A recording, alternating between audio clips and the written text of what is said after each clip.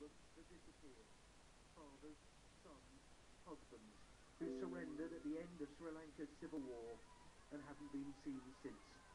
The UN says that only in Iraq are there more people who simply vanished without trace. Today in Jaffna, the police stopped their relatives handing in their photos, their letters, their petitions to the first world leader ever to visit their part of this troubled island.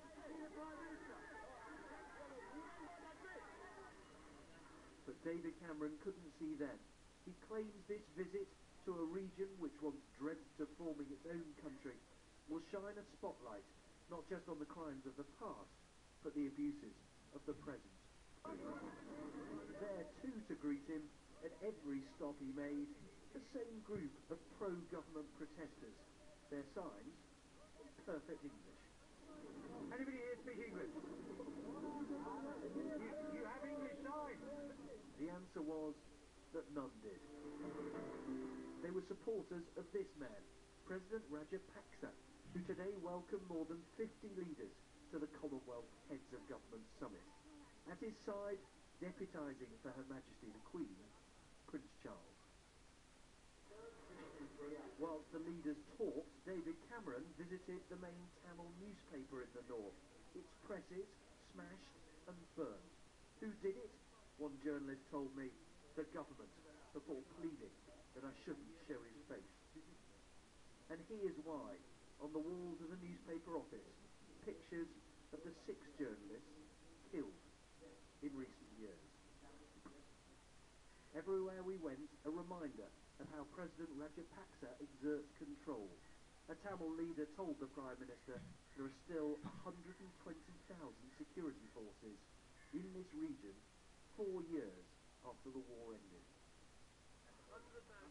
The Prime Minister's last visit was to what the government call a welfare centre. To you and me, a refugee camp. By coming here, the Prime Minister says that he's shining a spotlight on the abuses of human rights in Sri Lanka. The question at the end of this visit is simple.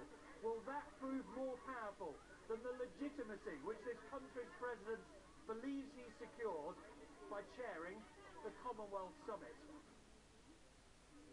David Cameron was clearly moved by what he'd seen, and he insists that today's visit will make a difference. You said you would shine a spotlight on the human rights abuses. Do you fear that a bigger spotlight is being shone on President Rajapaksa, who is saying to the world, look, all these leaders regard me as legitimate?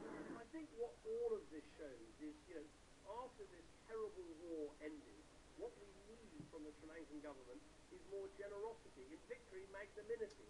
Bring the country together by making sure people have proper rights. Here we are in a village of basically refugees inside their own country. They've been here for 20 years now or more. They've had children here. Some of their children have had children. They want to go home. And I think that is a very powerful message. This is a day David Cameron will never forget.